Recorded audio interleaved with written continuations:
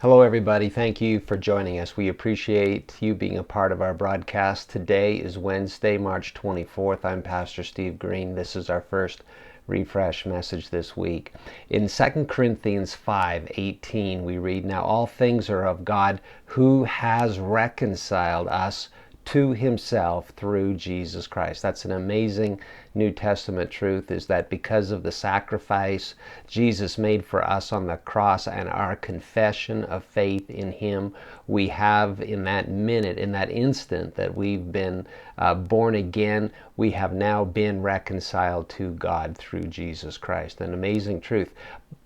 And then 2 verses later, 2 Corinthians 5 verse 20. I love this because it helps reveal an essential New Testament truth to us. It says, "Now then we are ambassadors for Christ, as though God were pleading through us.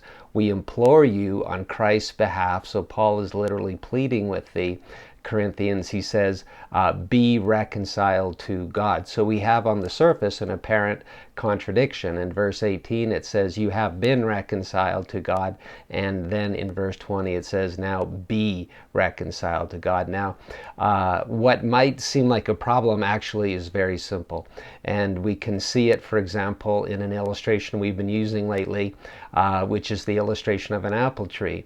And when that apple seed is germinated, even before it pokes itself out of the ground and starts to become a tree, even in the instant after it has been germinated and begins to grow beneath the surface, it is already an apple tree. It is an apple tree, and it has all the DNA in it of a full-grown, mature, fruit-producing apple tree. It has that picture embedded on the inside of it, if we can put it that way. And so it is an apple tree. And having said that, though, it needs to become that mature, fully grown apple tree. So on one hand, we could say it is an apple tree, but it has to become an apple tree as we envision an apple tree to be. And so if we can see that illustration, then it's not difficult to see that we have been reconciled to God. Now we need to be reconciled to God. We need to grow into that. That's part of a whole series of New Testament truths that are very similar. We have been made righteous, therefore the Bible says we need to be righteous. We have been cleansed. The New Testament says, therefore we need to be cleansed. We have been sanctified, therefore we need to be sanctified. We just run right down a list.